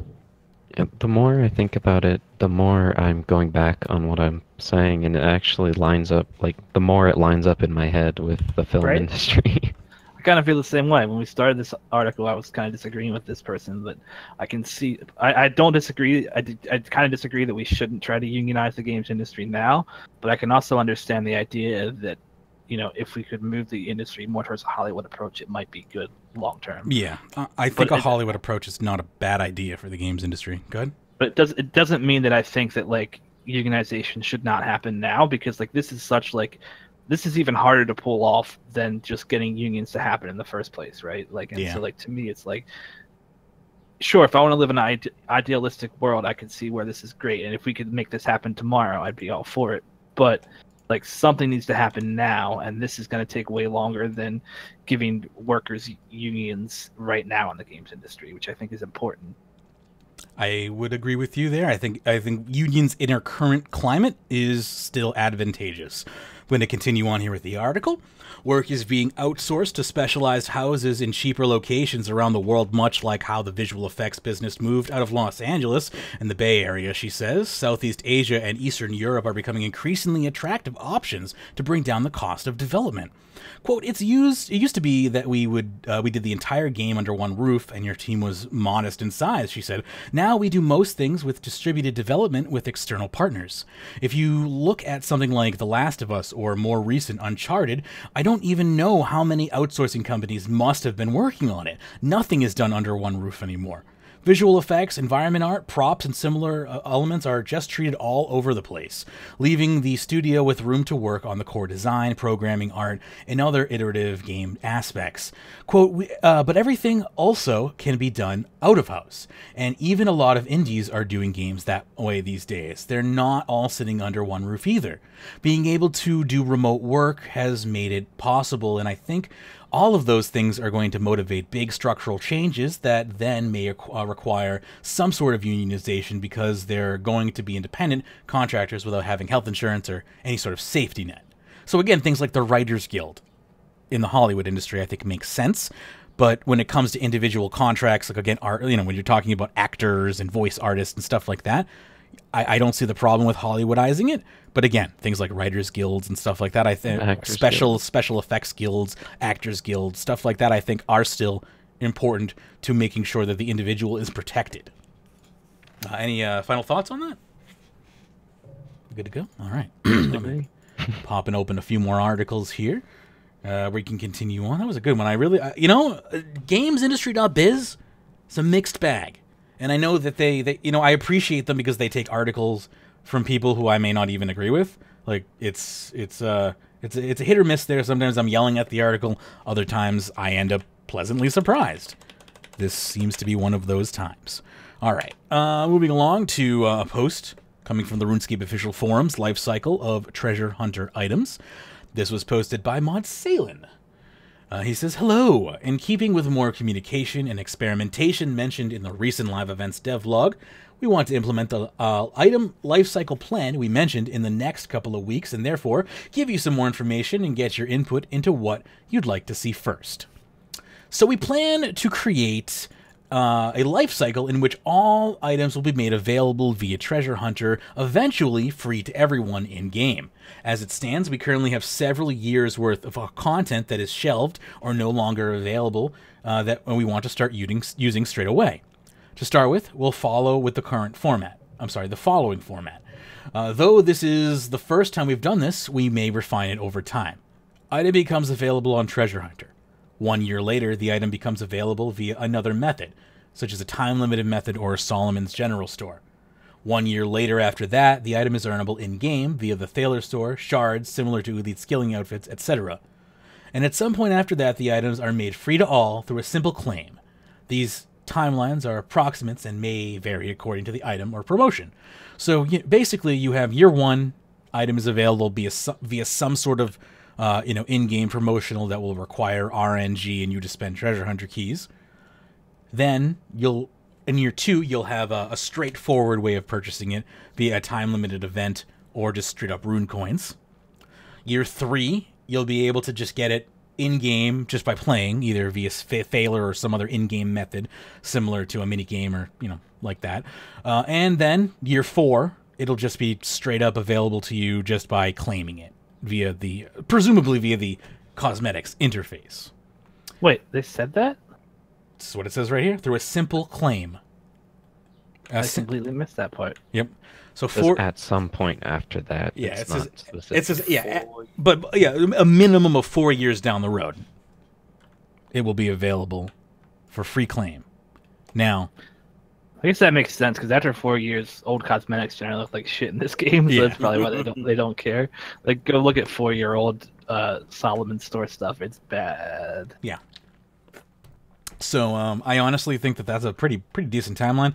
Obviously, I have one glaring issue with the fact that it's still item becomes available on Treasure Hunter. Like I want to see Treasure Hunter gone. I would like to see item available on Rune Pass, but can't win them all, I guess. Yeah. I mean, I think the timeline might be a little too long. Like, I don't know, 6 months would be better for me for most of these phases instead of a year. But I don't know. I guess they're probably worried about cutting into their profits. And yeah, as you said, like, how about we just get rid of Treasure Hunter and put this shit somewhere else? Yeah. And again, I don't care if it costs money. Put it somewhere else that costs me money. Fine. Just get rid of the RNG. Get rid of the gambling. Get rid of the predatory aspects. And I will stop accosting you. Let's see. So we want to retroactively make all previous content available as part of this system, starting with 10 items we want you to help us choose. With the above, we put together a poll of the first set of items we want to make free. On the straw poll are 20 different items of which we want to make available 10. Which of these would you love to get your hands on ASAP? The top 10 winners of this poll will be made free and available in-game in the coming weeks through the Oddment Store. We're currently exploring the best ways to deliver these items to you, so any feedback or ideas on the use of Oddment Store or any other method is welcome. For now, get voting, and don't worry if your item doesn't make the initial cut. The others will be made available for free soon, along with a large slew of other items that were lost to the ages. So let's take a look at this straw poll, shall we? Feel free to vote in it yourself if you'd like. There will be a link in the description. Go ahead, Hannah. The Oddment Store seems like a strange, it's not actually a solution, because to get oddments you have to use Treasure Hunter. Yeah. So that's not actually removing them from Treasure Hunter, really. That's just giving you another avenue. Yeah. Via Treasure Hunter to use it. At the very least, you can earn oddments through your free keys. But again, yeah, I don't want to see Treasure Hunter involved at all. It's like a different version of loyalty points. Yeah, kind of. Yeah, kind of. A little bit. It's a Treasure Hunter loyalty system. How about that? Yeah, and I appreciate oddments on some level. I've been using them to get Silverhawk down, as I think I talked about in the failed part of the show.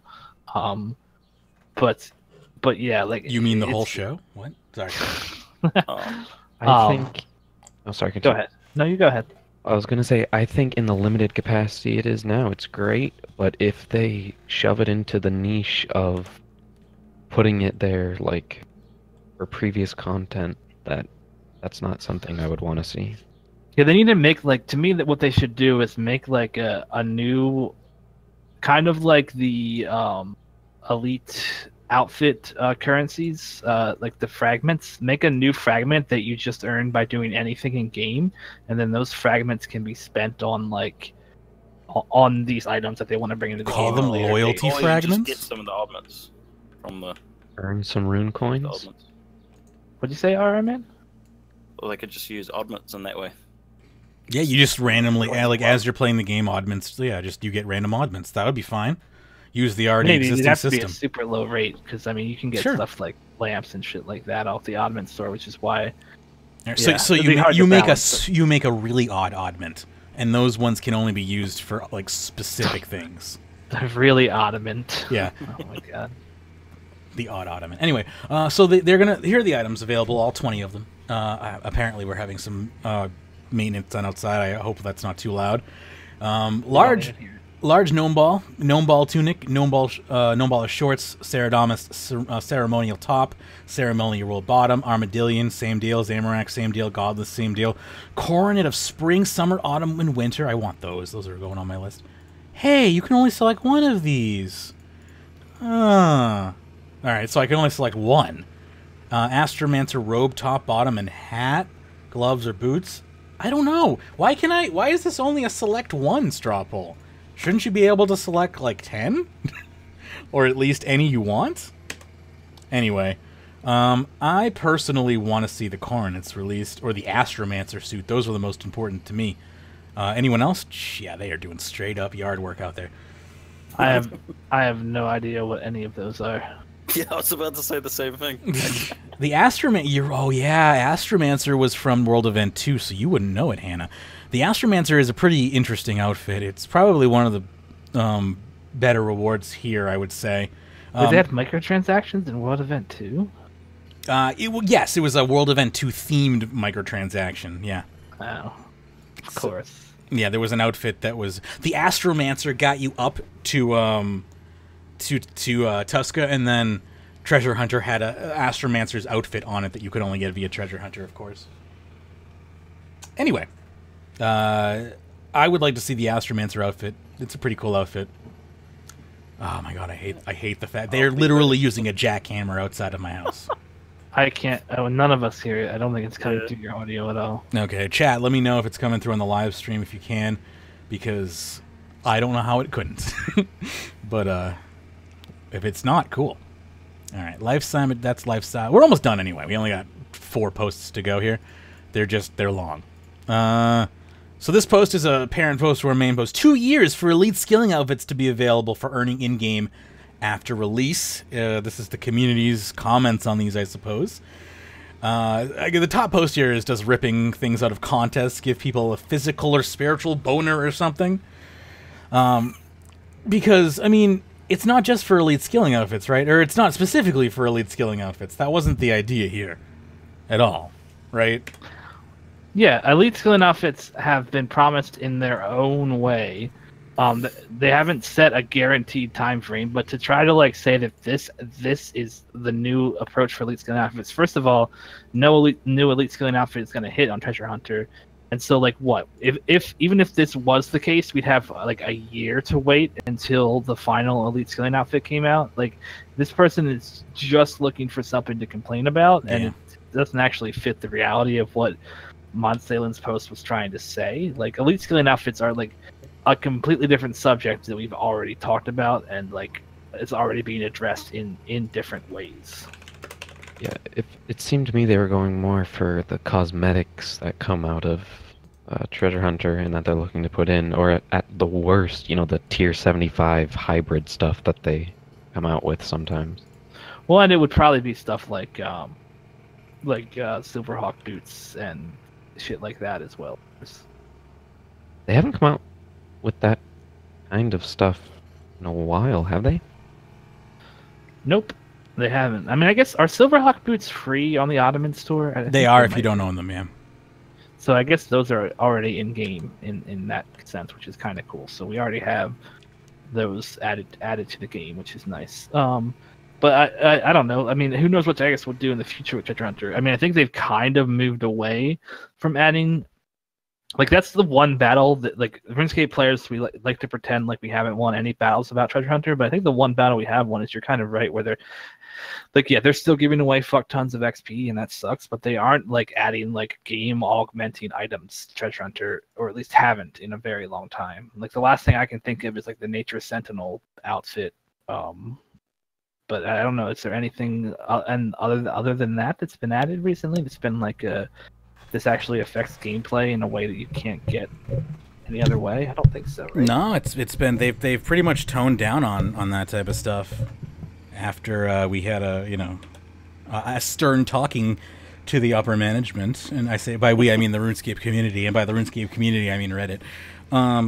Yeah, they've been pretty good about it since the last uprising took place. So I don't know. Anyway, Well, imagine a world where there's an item for every skill that's like Silverhawks. They're called lamps. Oh my god. if you could just imagine, you could just wear lamps and they just procced randomly. There's celebration lamps, even. Mm. Man, Basically, these things are ridiculous. You just walk around with your feet in the lamps. Yeah. There you go. It's just spewing XP everywhere. All right. So we got 4 more posts to go here. I'm starting to lose my voice. Ooh. You know what? I have to say, I think this is the longest my voice has gone before I've started to lose it. So caffeine might be the answer. No. Let me take another sip here. Let's try and get me going. This is a long post by Maud Kyler here. Delicious filtered black, just the way I like it. All right. Quest Point Shop by Maud Kyler. Hi all, Shawnee's asked me to write a bit of an introduction part of this post, given that it's my first communication with you. So hi, I'm Maud Kyler. No points if you Google the reference there. I've been playing RuneScape on and off since 2005, so I'm coming into the company with quite a large awareness of how the game has changed and evolved over the years. As a player, most of my time has been spent working towards personal goals, all of the 99s in one day. I managed 25 at RuneFest, Master Questcape, and currently slowly working towards Comp. I've been given the lucky opportunity of working on the Quest Point Shop, which is a working title, as my first project here at Jagex.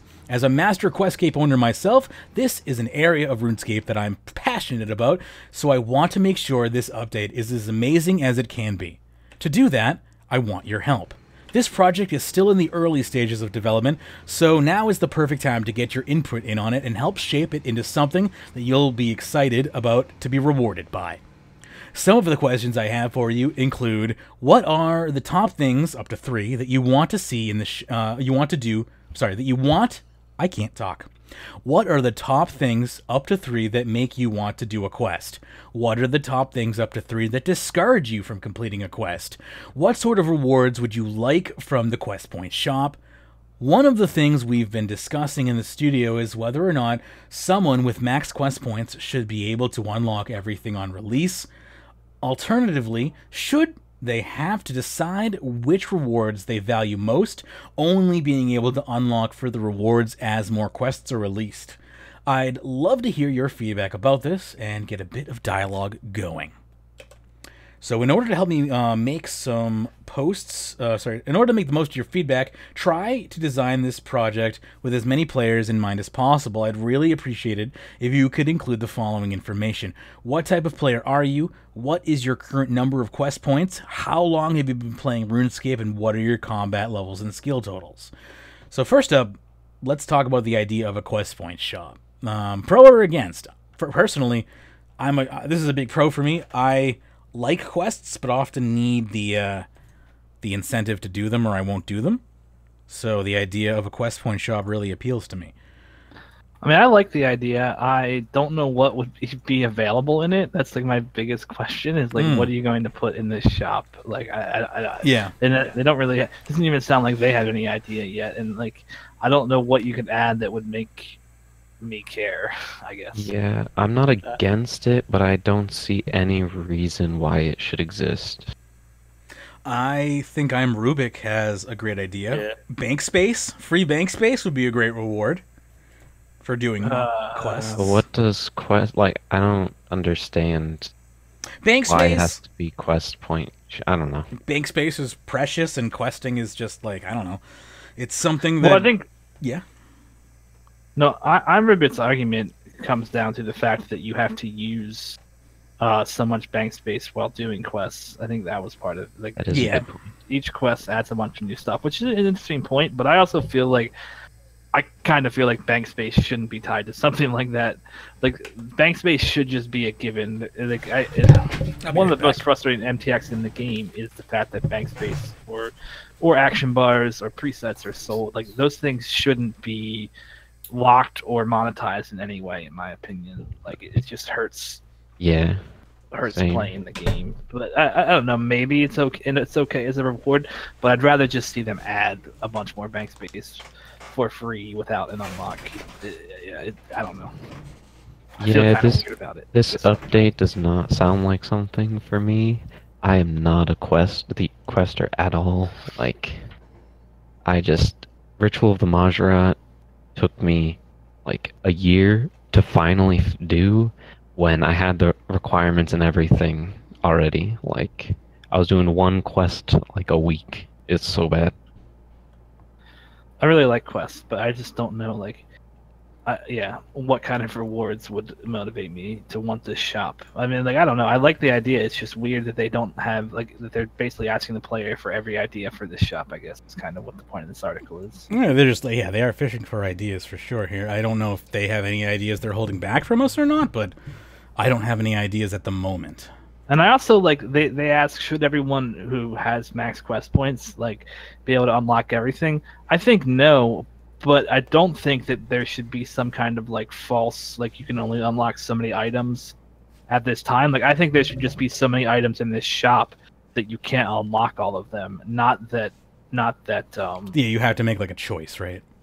Yeah, you have to make a choice, but I don't want the choice to be like, I don't want people who have already done like, if you start a new account today and do all the quests, or you start a new account the day the quest point shop comes out, right? And you do all the quests, you should not be able to get more rewards than someone who did the quests before the shop came out. Sure. And sure. like, to me, it sounds like what they want in what they're pitching here is, if you've already done all the quests, we're going to try to limit what you can get, which I don't like the idea of at all.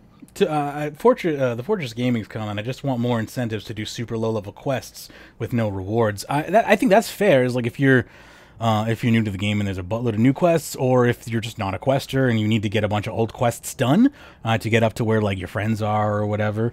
Like I think it's valid to offer incentives to do quests that you don't want to do. I'm kind of in that boat. I have a bunch of quests that I just won't do a quest unless A, the reward is really good, B, the story is like really, really exceptional, or C, it's locking me out of some kind of content that I want. And sometimes you won't even do it for C. I mean, I'm getting there though. Like I need Soul Altar to do 120 rune crafting, and like once I'm ready for 120 rune crafting, guess who has to do a bunch of quests? This guy. And I'm okay with that, but I will wait until the very last second to do quests that don't have good rewards, unless it's in my way for something. So I get that. But that being said, I've done almost all of the quests in the game. It's just I generally wait until there's something stopping me from doing them, and that's just me. Yeah, I think it'd just be cool if I'm trying to imagine some kind of like quest augmenting item or something that was like thematical that you could get from this shop that would be worthy of quest points. I don't know. That's the weird thing to me. And like also this shop, I think partially feels weird to me too because like quest points have been broken for the past 2 years. Like they've been releasing 1 quest point per quest because they don't want to go over the 400 quest point barrier, and like, you know, the fact that we're still living in that world is just silly. So like a quest point shop almost feels arbitrary to me because of how arbitrary quest points are, you know? Be a good time to just rearrange all the quest points. Yeah, I would be okay with that. Quest point rework system might be a good time to come along, yeah, with the quest point shop, yeah. It seems very arbitrary, but also kind of redundant, because the point of quests, at least is to in big important ones that offer a lot of quest points, well, except for the older ones, which you were talking about. Or the newer ones. Any quest that's come out in the past 2 years has literally only been 1 quest point. I can't. Yeah, no, I'm talking about the older ones that gave a lot of quest points that didn't really need. Yeah, like you probably only need to get 4 quest points for like sheep shear, you know. But the big quests that give a lot of quest points these days already give rewards for completing the quest. It seems redundant. Fair. I mean, you could argue that for like a lot of reward shops, though. I don't know. This is just Like I can see where like the idea for this project came from, I guess, because it's like we have this thing called quest points, but they do nothing. Like you know what this project is? This project was created so Mod Kylar could get his Runescript skills under wraps. That's what this is. This is nobody asked for this. This is just a project to sharpen someone's skills, I feel like, and that's fine. But I mean, I could be wrong, but I feel like this just seems like an exercise in like a project just for the sake of coding a project. I imagine there's plenty of questers who will have asked for some kind of reward shop for quest points. Perhaps I could be completely out of touch. I just don't remember that ever on any of the surveys, but I could be wrong. I also am okay with it. I wish I guess listen to the community less. So even if this isn't an idea that came from the community, that would actually make me happier about the idea. Not gonna lie. Fair. Let me keep this moving along here. We have an open letter to people considering quitting from Sarcastics. They were given Reddit gold for this post. This was back 11 days ago when people were rioting about Rune Pass. They say, I've been playing 12 years plus, maxed, and then took a break to begin law school. During that break, I kept abreast of the monthly updates. I asked myself, is this something I'd consider resubscribing for? The answer every time was a resounding no. Seeing Jagex bungle update after update made me reflect upon whether it would still be fun to play.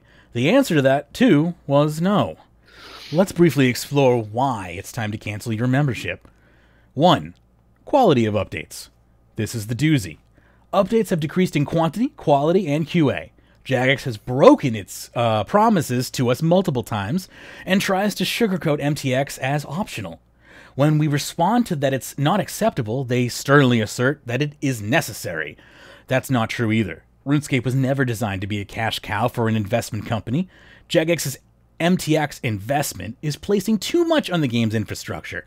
RuneScape was also never designed to last for 17 years. Right. So we were never designed to get 99s.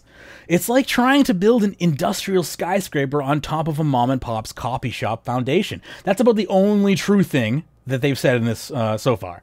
It is like trying to build an industrial skyscraper on top of a mom-and-pop coffee shop, and they've been damn successful.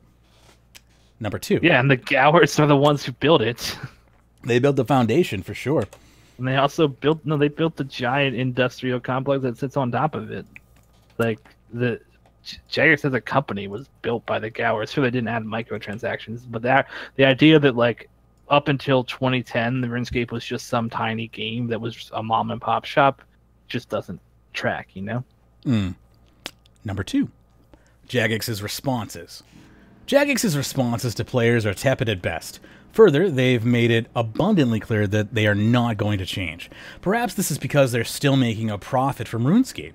Maybe they should look at player engagement graph, which is a better index of survivability of the game. This factor is especially heartbreaking considering the RuneScape documentary. The Gowers stated RuneScape taking phone calls from players and responding to them directly. It's shameful to see how faceless, baseless, and graceless Jagex has become in handling their greatest asset. Yeah, I don't know what the hell they're talking about. That's like rose-colored glasses as fuck. Like, I remember RuneScape from 2005 to like 2008, and talking to anyone in Jagex was near impossible. Yeah, in the RuneScape Classic days, sure, the Gowers were super involved because there was barely any players and they could be around more. But as soon as the game blew the fuck up, like, nobody was talking to the community directly. And, like, honestly, like, there is way more community interaction than there ever was before with how much, like, you see, like, Mod Shawnee or Mod Osborne or any other JMod on Reddit or on the forums or on Twitter or even on Discord. Like, there's so much more discussion going on. Yeah, I don't know how you can miss all of the communication that's been going on. Number 3, RuneScape's lifespan. Sorry, I am like my voice. RuneScape is old. It's built off an archaic tick system which Jagex consistently refuses to update. Given the rate of RuneScape player defection, the abysmal retention rate of new players, and the apparently non-release of RuneScape Mobile, literally, like, just had a dev blog about how it's going. RuneScape technologically, good. Also, like, how do you know that new player retention is abysmal? Like, all this stuff that he lists there, like, there's no statistical proof for stuff like that. Sure. The only thing that people look at is, like, current online players. And yes, over the past 4 years, current online players has gone down, and that is not a good thing. But that doesn't mean that all those players unsubbed. It could just mean those people are playing less, and like that's something people never take into consideration when we talk about like Old School has way more players online than RS. Like maybe RS players play the game less because they've been playing the game for longer and are are maxed and stuff like that. Like you see this all the time and stuff like World of Warcraft, where at like the end of a World of Warcraft expansion, the player base is like 1/10 the size of what it is when an expansion first comes out. And I think like that's what happens in an old game. Like people play RS. A new content comes out that someone's interested in, they play that, and then they move on to, one of the million other games that are out there, and then they come back to RS when another piece of content they want to play comes up. And I'm not trying to refute the fact that players have left. Like they obviously had, and that should be focused. But if players were bleeding at the rate that the community seems to think they are bleeding, there's no way Jagex wouldn't be concerned about that. So I find it hard to believe that players are leaving at the rate the community perceives they are. RuneScape technologically has a few years left to live. What will become of it when it isn't profitable anymore? Will it end with a bang? A month-long event celebrating players and the experience? Note, if it did, they'd have to hire outside help. They haven't created a non-grind event since World Event 2, and what'd be fun in grinding for levels in a game that's going to be shut down. And this is the funny thing. They haven't created a non-grind event and then says, what's the point of grinding levels in a game that's about to be shut down? Because like RuneScape has always been a game about grinding. Like, what the fuck? Well, that's just part of the MMO community. Like, you're going to grind in an MMO. It's not possible to avoid that. And RuneScape is like the ultimate like part of that. Like it's so weird to me when people call like this or that. Like like there are complaints about the Menafos rep system. When people call it a grind, I'm like, wait, you're calling this a grind? Have we played the same game for the past 12 years? Because this game is a grind. Like, yeah, it's just weird how some people like disconnect like some parts of grinding from other parts and. You're just grinding for something you don't want to grind, so now the grind, you feel it, you see it, Exactly. Well, also, like, if the people who are complaining probably were already maxed or at least above the normal levels for Menafos. Oh, yeah. So by the time the content came out, they weren't actually getting any benefit from it, so it probably... You are 100% right. You will get the comp requirements for Menafos, while leveling through it if you're the proper level. And that was my biggest argument at the time too, but I'm glad you brought that up, Derp. It's 100% true. Like those comp requirements are easy if that's a city that you're level for. And I personally don't think comp requirements should be designed for high level players only. If you're going to release a piece of mid-level content, the comp requirements should be focused at that mid-level player who's going to be playing that content. Will it end with a whimper? Them jacking up MTX prices, laying off talented programmers, and hemorrhaging players until only the whales remain in the ocean? RuneScape is dated. It will end if Jagex doesn't start caring about players again. Best to end it on your own terms. Are you advocating suicide? Instead of swimming in the sunk cost fallacy. Sidebar. Some assert that RuneScape Mobile is going to inject new players into the game and save it. Let's not ignore the player retention rate for a minute, and assume that the new players will keep interest in the game. What then? Who is going to grind for 3+ hours a day and be able to fish lobbies in a week? The only sustainable model for mobile games is unsurprisingly the pay-to-win model. As those new players will want to advance, they're not going to buy MTX for that boost. RuneScape MTX environment is going to make this month look like nothing. What? That is not the only sustainable model for mobile games, actually. That's just the most popular model for basically all games, but it's not the only sustainable one. There's plenty of games that sell at an upfront cost. And I mean, if you want to look at non-phones even, like, obviously the Switch is a different thing, but it's still a mobile platform, and that platform survives plenty fine on charging, $40-$60 for a game, whatever the cost is there. Indeed. Like, most of these comments are unfounded and just opinion-based and just, It's rant. your classic Jagex. It's your classic RuneScape is dead thread. Just kind of put in a different light to make people not realize it. And like the only reason this got 800 upvotes was just because of what was going on at the time. It's pretty much it's because he said microtransactions bad. Yeah. If you say MTX is bad, well, there's an MTX shitstorm going on. You're basically guaranteed to get upvoted. I mean, that's how it's karma. Just like Go ahead. Sorry. Like the next post that we're going to read is basically that. Definitely. They didn't get as many upvotes, but definitely more clickbait here. So finally, we'll end on one more shitpost. This one's by Cran, by the way, who says, "All right, Osborne, if you want to be open, then answer this: what did the experimenting with MTX and OSRS mean?" And this post has been labeled as misinformation by the Reddit's moderators. And it says, during the last MTX uproar, there was a comment from Jagex on the RS3 subreddit stating that there was plans to experiment with microtransactions on old school RuneScape. This was quickly edited, then deleted, as the same time, the mods at Old School RuneScape came out to say that MTX would not be coming to Old School RuneScape. Mod Osborne, if you want to be open with us, then explain this discrepancy. The way I see it, one of three things is going on. 1. Jagex is planning on bringing MTX to Old School RuneScape. 2. Jagex blatantly lied to the RuneScape 3 community to appease us during the last shitstorm without any base for what was said. Or 3, Jagex legitimately had plans to introduce MTX into Old School RuneScape, then back down after their community backlashed. Neither community... Did you want to interject something there? No. Okay. Neither community ever pressured Jagex on the original statement of MTX being tested in Old School RuneScape. I think we need a clear answer on why the original statement was made instead of brushing it under the rug. You have been talking about more and more... you've been more and more open with us, and we have stated that Jagex needs to rebuild trust. Here is an opportunity. If you want to rebuild trust, then explain what was going on here and why the statement was originally made. Statements like this show that the communities of both RuneScape 3 and Old School RuneScape can't trust Jagex. So, I saw this post about like 20 minutes after it went up, when it had like 3 upvotes. And Rubik had a comment.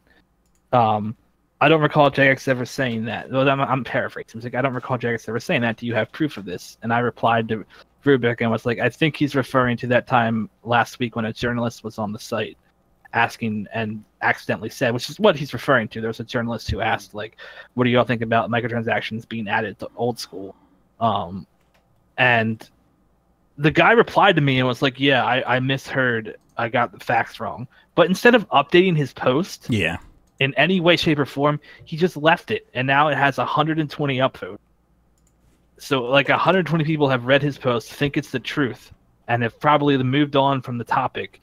Meanwhile, he knew minutes after posting this that it was false and decided, hey, I'm just going to leave it up there, which is... Because I like Reddit karma.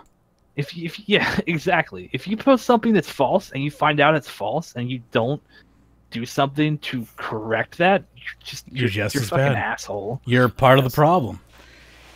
Anyway, yeah, so no, Old School RuneScape is not getting microtransactions. It was a misinformed journalist from Bloomberg, and Bloomberg is not even, like, it's more of a, honestly, just like a financial tabloid than anything else. Like, Bloomberg is not a super credible source, but, you know, people see journalists, they hear Old School RuneScape, they immediately assume that whatever comes out of a journalist's mouth is true. Well, it's weird because this guy, and somehow it turned into a JMod said it. Yeah, of course. The journalist had honorary mod status. Yeah. And of course, like, I'm actually, like, Mod Osborne actually took the time to reply to this shitty post, which was like... You know, good for him. Good on him, because you got to stop those fires from spreading. You do, but I don't think anyone's going to even, like, read what he said and believe it. No, they won't. Like, people are just going to look at the title and just assume it's true. Yep. Anyway, I think that's our final post for the day. It's a good show. Had a good time. DerpDragon, I hope we'll see you on more shows in the future. Same, you just need to move to the West Coast. Hey, if you're willing to increase the cost of living in my bank account, I'd happily move out there. It's expensive, that coast. Yeah. Anyway, that's going to do it for this episode of Runescape Weekly. There was a PVM perspective up on the feed. It'll go up on YouTube as well soon. I just have to make a video version of it. We're doing a new thing on Thursdays, Throwback Thursdays at 7 p.m. EDT. We're doing an old version of RuneScape Weekly from the past. We did one this Thursday. We released an episode from 2014. We're going to be doing that for the foreseeable future and see if people like it. So check that out on our Twitch channel over at Magebit.tv. You can also find us on social media. We're over on Facebook. We're at facebook.com/rsweekly. Also on Twitter. We're over at Twitter at @rsweekly.